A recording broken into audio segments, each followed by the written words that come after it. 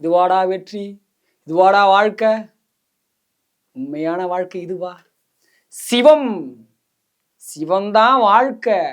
நீ மனதளவுல இந்த கோடி ரூபாயில 10 கோடி கூட காசை வச்சுக்கோ.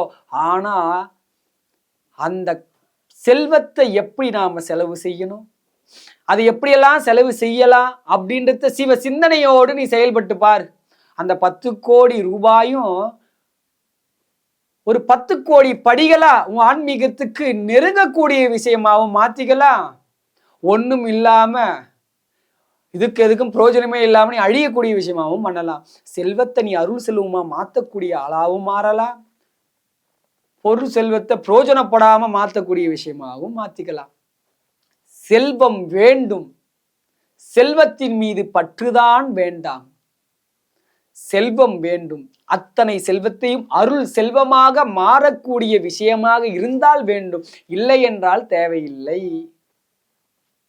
எந்த செல்வம் நமக்கு கிடைச்சாலும் அந்த செல்வத்தை அருள் செல்வமா மாத்திக்கணும். நீ 10 கோடி ரூபாய் நான் கையில வச்சுங்கிற, அந்த 10 கோடியுமே எனக்கே நான் யூஸ் பண்ண என்ன பிரயோஜனம்?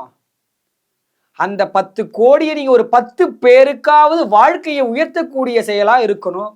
ஒரு 10 ஆலயத்திற்காவது ஒரு பிரயோஜனப்படக்கூடிய செயலை செய்யணும்.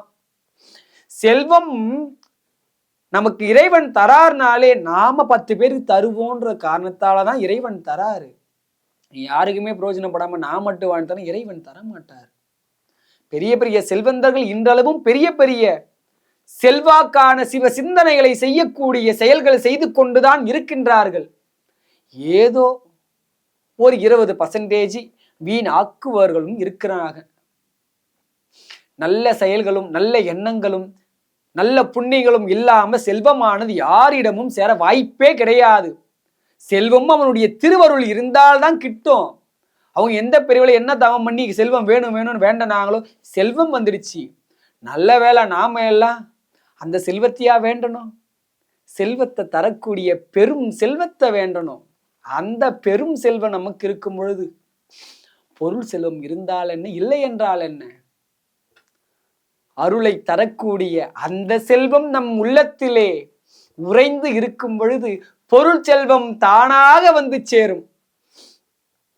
பொருட்செல்வம் உடையோர் அருட்செல்வத்தை அடைவது கடினம்தான். ஆனால் அருட்செல்வம் அதிகமாக உடையோர் பொருட்செல்வத்தை அடைவது மிகவும் எளிது. கோடிக்கணக்கில் நீ காசு வச்சிருந்தாலும் சிவத்தை வந்து உடனே அடினா ரொம்ப கஷ்டம்தான். ஆனா சிவத்தின் மேலே காதலும் அன்பும் அவருடைய அருளும் பெற்ற ஆளுங்க